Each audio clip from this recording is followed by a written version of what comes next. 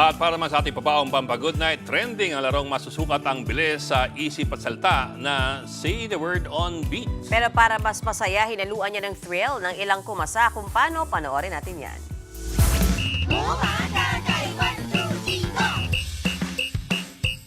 Nakapag-say the word on beat na ba ang lahat?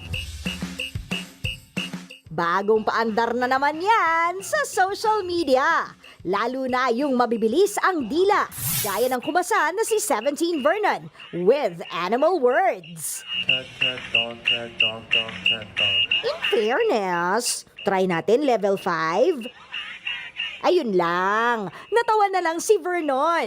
Eto naman ang say the word version para sa mga math wizard. Paano pag may formula na? Idaan na lang yan sa beatbox.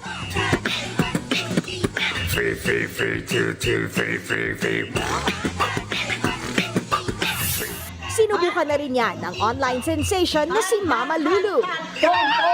That's a cone! High blood naman si Mother. Yes! Magpapatawa na naman tayo!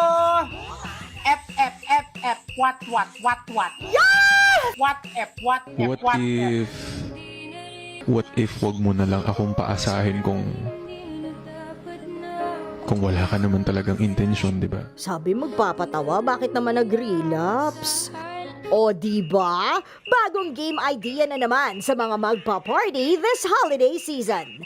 Nagbabalita mula sa Frontline, Laila Chicadora, News 5. Mga kapatid, Ed Lingaw po, maging maalam at may pakialam sa mga napapanahong balita sa ating bansa. Para sa mas malilimang pagtalakay at paghimay sa mga issue at headlines, mag-follow at mag-subscribe sa social media pages ng News 5.